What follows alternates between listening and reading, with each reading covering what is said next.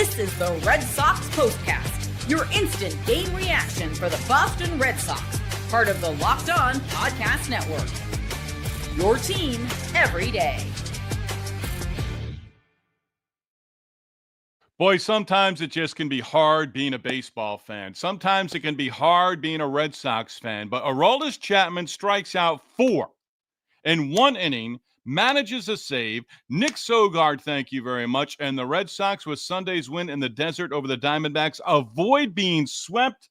And maybe, just maybe, the spark has been lit. The latest spark has been lit for this Sox team. With that, we welcome you into our latest Locked On Red Sox postcast. I'm Steve Lennox, longtime play-by-play announcer and storyteller, calling over 1,000 games in the minors. Spent one glorious Saturday in the show calling Padres-Dodgers from Dodger Stadium in L.A. on ESPN's national radio broadcast. Ellis Burks, to this day, still one of my all-time favorite Boston Red Sox players. Our latest Locked On Red Sox postcast presented by Monarch Money. Take control of your finances with Monarch Money. Use code Locked On MLB at monarchmoney.com, 50% off on your first year. Yes, we do want to hear from you, our first-timers, our everydayers, our Royal Rooters. Audience participation is greatly appreciated. If you're with us on the Locked On Red Sox YouTube channel right now, join the conversation. Nick Sogard coming through in a big way. Alex Cora, here's a number of the day. 600th managerial win. There were a couple of things I was wondering about why the Red Sox did it, but it comes through, and Alex Cora managed the bullpen, managed his bench, and the Red Sox do pick up the victory against the Diamondbacks on Sunday. And again, they win the series finale. This is what you'll be talking about. Well, Brayan Bello made the start, and we'll get into him. But Nick Sogard, top of the 9th inning. Nathaniel Loa ground out. Romy Gonzalez a base hit. 10-game hit streak for Romy. He came off the bench as a pinch hitter earlier. Nate Eaton drew a walk. Rafaela, though, hit it hard. You don't get a successful at bat by just hitting the ball hard. Lined out to left. Didn't move the runners over. So Rafaela in the 9th inning, empty at bat. Nick Sogard off the bench, pinch hitting for Connor Wong, and he delivered with a 2-out, 2-run double. That put the Red Sox in front. That liner to left center field, are you with me? It felt like it took forever to find grass. McCarthy, the left fielder, leaving his feet, desperate, couldn't get to it. Sogard delivering with the 2 runs. Then he scores on a pinch hit base hit by Carlos Narvaez. And when Sogard came to the plate, admittedly, I'm thinking, why is Alex Cora not going to Carlos Narvaez right here? Well, he had Carlos Narvaez due up next. He wanted Sogard to come through in that situation. Felt a base hit. And then both of them in a pinch. By the way, Nick Sogard, number of the day, first career pinch hit at the big league level. His first go-ahead knock, putting the Red Sox in front over a season plus in the big leagues as well. It takes a team. It takes a village. The Red Sox got it done again on Sunday. They avoid being swept. Yes, you'll take that. And you go to Sacramento, and you've got Garrett Crochet on the mound against a team that can hit the ball all over the ballpark and out of the ballpark. And the West Sacramento, former Oakland A's, whatever you want to call them, the Athletics, first of 3 against the Athletics late Monday night. First 2 games are going to be up late, and we'll remind you right here, we're going to be on board with you. But, Brayan Bello, they get a run in the second. The Red Sox tie it up in the top of the 4th inning. Bello, Carroll, single, stolen base, moves to third, less than 2 outs, scores on a wild pitch, 2-1 ball game after they had tied it up in the top of the 4th inning. Then Bello giving up his 3rd run of the game. This one drove me crazy as well. A 2-out walk. To who? Corbin Carroll. Carroll then scores on a base hit. And that makes it 3-1 at the time, right? Yes, 3-1 at the time. So then they add, Red Sox get the 3 runs in the 7th inning, and it was in that bottom of the 7th inning.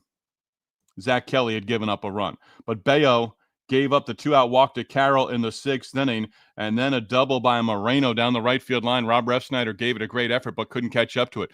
Then the Red Sox get the 3 in the 7th inning. Zach Kelly charged with a run in the bottom of the 7th inning. Nick Sogard, your offensive hero of the game. Garrett Whitlock, inning to 2/3 out of the bullpen, gets the win in this one. And then Aroldis Chapman. Yes, I misspeak on occasion. First to admit that.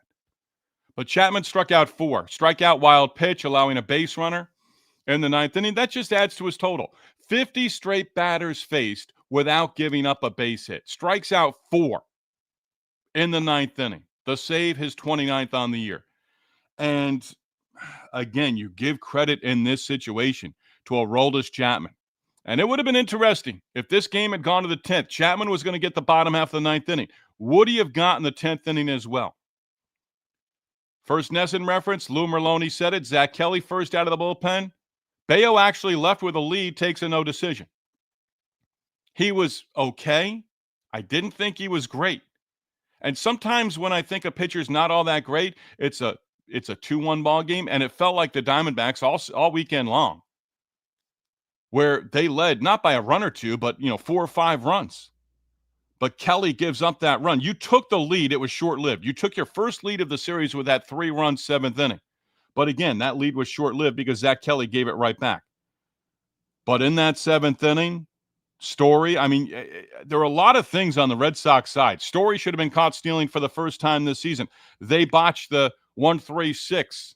First baseman Locklear, a high throw to the shortstop coming to take the throw. Story gets in there 27 for 27 on the season in stolen bases. Romy Gonzalez out on a nice 3-1 play as he was down in the count, 2 strikes. And then I was going to pile on Cedar Rafaela. In the 7th inning, he's up there, 2nd and 3rd, 1 out. Hamilton, RBI knock. So then, 2nd and 3rd, Hamilton picks up a stolen base. Rafaela down in the count, 0-2. And I pose this question: how come every Red Sox pitcher who throws a sweeper outside of Garrett Crochet throws a hanging sweeper? But opposing pitchers have wipeout sweepers, not slider. You used to call it a wipeout slider. Now it's a wipeout sweeper. He swings at an 0-2 pitch, a pop-up on the infield, slams his bat down. The definition of insanity right now is sort of Cedar Rafaela at the plate. Same approach, same approach, same approach. You can't come through in that situation. You have to. You have to. I don't know how you improve on that in the offseason or spring training, but that's Tom Hanks to his outfielder hitting the cutoff person. Cedar, when you have a runner at 3rd and less than 2 outs, don't chase. That pitch, he just lunged at it on 0-2. That wasn't even a protect swing. That was a pitch that was well out of the strike zone. What's he going to do with that pitch? Exactly what he did. Pop it up to the second baseman, waste it out. I jumped on that for just a moment. I'll jump off now.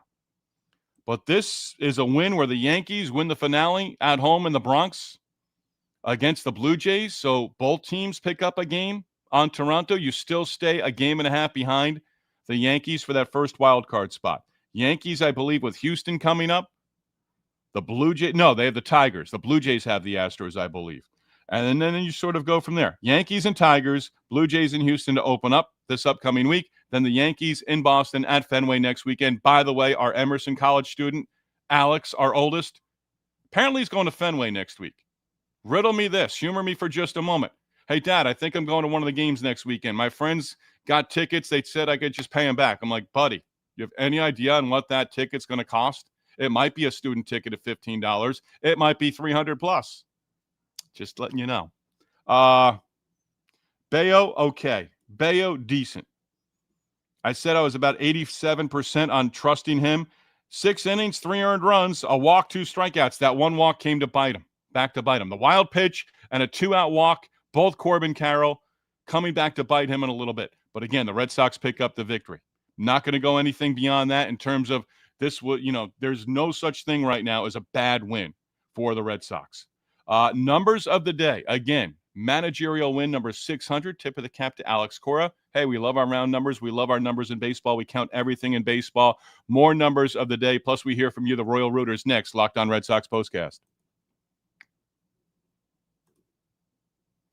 And we are presented by a new sponsor of the Locked On Red Sox postcast and the Locked On Podcast Network. We are presented by ZipPix. Let me tell you about ZipPix. Whether you're looking for nicotine satisfaction or an energy boost, ZipPix has you covered with their nicotine and caffeine-infused toothpicks. For nicotine users, ZipPix provides a discreet way to satisfy that craving and the hand-to-mouth habit without vaping or smoking. ZipPix can be a helpful tool as you work to reduce your dependence on vaping. Available in 6 great flavors with 2 milligrams and 3 milligram nicotine options. And if you need energy without the crash, their caffeine toothpicks, well, they're a game changer. Right now, you may find that using the caffeine toothpicks before big meetings or long drives, they're going to give you that energy you need without the jitters, and the flavors like peppermint, watermelon ice actually taste great. Go to zippixtoothpicks.com. Use code LOCKEDON. That's code LOCKEDON at zippixtoothpicks.com for 10% off on your first order. Must be 21 or older to order. Warning, nicotine is an addictive chemical. That's zippixtoothpicks.com. Promo code LOCKEDON. Zip more, smoke less with ZipPix toothpicks. Locked On Red Sox Postcast, also presented by Monarch Money. Monarch Money. Well, hey, I'm one of these people. Most people can't name all their financial accounts or even what they're worth, whether it's 401ks, properties, or investments. And when you don't have the full picture, you can end up leaving money on the table. That's why there is Monarch Money. It's an all-in, one personal finance tool that brings your entire financial life together in one clean, easy-to-use interface on your laptop or on your phone. Monarch is built for people. Just checking my mic there. Monarch is built for people with busy lives. If you're putting off organizing your finances, Monarch, well, it can help you. It can help you in a big way. If you're putting it off right now, you want to get in charge of it, Monarch is right there for you. Monarch is built for people with busy lives. If you're organizing your finances right now, Monarch, again, is there for you. Monarch does the heavy lifting for you. You can link all of your accounts in minutes, see clear data visuals, and get smart categorization of your spending, and finally feel in control of your money without ever touching a spreadsheet. With Monarch, you can identify that you aren't leaving as much as you can identify off the top that you're not saving as much as you thought. Monarch helps you notice the inefficient investment allocation and discover forgotten 401ks from past jobs. Maximizing investments, increasing savings rates, easily reviewing your finances with a partner and or a financial advisor, keeping a clear view of your financial health week to week and long term as well. Don't let financial opportunity slip through the cracks. Use code LOCKEDONMLB at monarchmoney.com in your browser for half off on your first year. That's 50% off your first year at monarchmoney.com with code LOCKEDONMLB. Bear with me here for just a moment. I was hoping to get a text. It's not a text, so I'll move on from there. I was hoping to get a text about a Red Sox note. It's not there, so we go on with you. Again, a 7-4 victory. Red Sox pull this one out. A team effort in so many different ways. You still have to get some guys going in this lineup. Alex Bregman, 0 for 4, walk, run scored, struck out twice. Red Sox struck out only 6 times. Put the ball in play plenty in this game. Bello ends up with a no decision, did leave the game with the lead, but Yoshida again in the leadoff spot. I really don't want to see it any further. 0 for 4 in the leadoff spot. Bregman, I mentioned 0 for 4. Duran, 0 for 5. Story had a couple of base hits. Mentioned Romy Gonzalez, a base hit and his second at bat after coming in as a pinch hitter. Cedar Rafaela had a base hit, but you need more. You really do. Gonzalez, 10-game hit streak. And you know what? I want to give you this number of the day because all of a sudden, and yes, Roman Anthony's not there, but you still have home run hitters in this lineup. No news on Sunday about Willie Abreu. Not that I found it, not that I was looking that hard. I should preface it by saying that. Red Sox are now 28-2 in their last 30 games when they score 5 or more runs. Red Sox have gone 4 straight games now. 1-3 in the 4 games. 4 straight games without a home run. Second time this season. Did it in Toronto in a 4-game series earlier in the season where they did not hit a home run in the series. I found that interesting as well. Found that on baseballreference.com. Let's get to some of your comments. Those are some of the numbers of the day as the Red Sox pick up the victory. Not a lot of games left now in the regular season. That was the final game on Sunday against the National League team. 6 series left. 9-9. 18 games, 9 home, 9 away. Next homestand, the Yankees and the A's. Then it's off on the road trip for the Red Sox. It'll be their final road trip of the season, as they'll have Toronto on that road trip and Tampa Bay as well. So they'll be in Tampa, Florida, and then home for the final homestand of the season as well to wrap up the regular season. That final homestand of the season is a series against the Detroit Tigers. Who is our leadoff hitter? Let's hear from you, the Royal Rooters. Of course, Emily Toxox. Sogard earning his seat at the table. I need more. I don't trust much in this world, Emily. I need more from Sogard if we're going to give him a seat at the table. That was huge, though. I mean, you're only as big as your last outing or your last step bat at the plate, right? And he delivered in a big way with 2 outs, that 2-run double in the 9th inning. Let's go Sox. Emily, talk Sox once again. This needs to light the fire. Wong and Sogard did great today. It really does. Okay, you lose the series. So on the last homestand, you lost 2 out of 3 to open up against the Pirates. Then you won the first 2 against the Guardians. Then you lost the finale. It's a 3-3 homestand. This year, 1-2. You win 2 out of 3 against the A's. I almost said Oakland, but West Sacramento, and I'll make fun of that for the next 3 nights. I won't go back on what I say. You need to take 2 out of 3 in the series. You need to go 3-3 on this road trip. You win the first 2, then I'll talk sweep Wednesday afternoon. But the pitching a little bit, May's back in there on Tuesday. And then Wednesday, apparently Tolley, the one comment I saw, Tolley will be in the mix, but may not start on Wednesday. I don't know why that would be the case, why you wouldn't leave him in a starting role. That's going to be on regular rest, so he's going to be on 4 days, not 5 days the way he was in the minors this year. So that's on 4 days rest. So maybe they're just expecting him to go to three innings. So why not let him go through his pregame routine? And Alex Cora, I trust, and we'll let him go there. But right now, you need 5. You really do need a deep outing from Crochet on Monday. Then you need, and I don't want to exceed expectations here, but on Tuesday you need 5. I'll take 5 and 3 earned. That's not even a quality start, but you need 5 runs, 5 innings, 3 runs or less from Dustin May on Tuesday, and then Wednesday looks like it would be the bullpen, and then you're back. Let's see. Monday or Sunday, Monday, Tuesday, Wednesday, Thursday, the off day. There would not be an extra days. Yeah, there would be for Giolito. Giolito would get the opener. I'd rather see Peyton Tolley pitch on Wednesday against Oakland than start the opener on Friday against the Yankees at Fenway. If you used him out of the bullpen during the weekend, okay. But you would have Giolito. You'd have it set up. Tuesday, Wednesday, Thursday, Friday, Saturday. You'd have it set up. You'd have it set up, I believe, with Giolito Friday, Bello on Saturday, then Crochet a week from tonight, Sunday Night Baseball on ESPN, the final game of that series against the Yankees at Fenway Park. I know I'm getting ahead of myself there, but you are peeking down the road. Scott, Nick Sogard is the unlikely hero today. They finally dropped the bleeding with a badly needed win. Well said.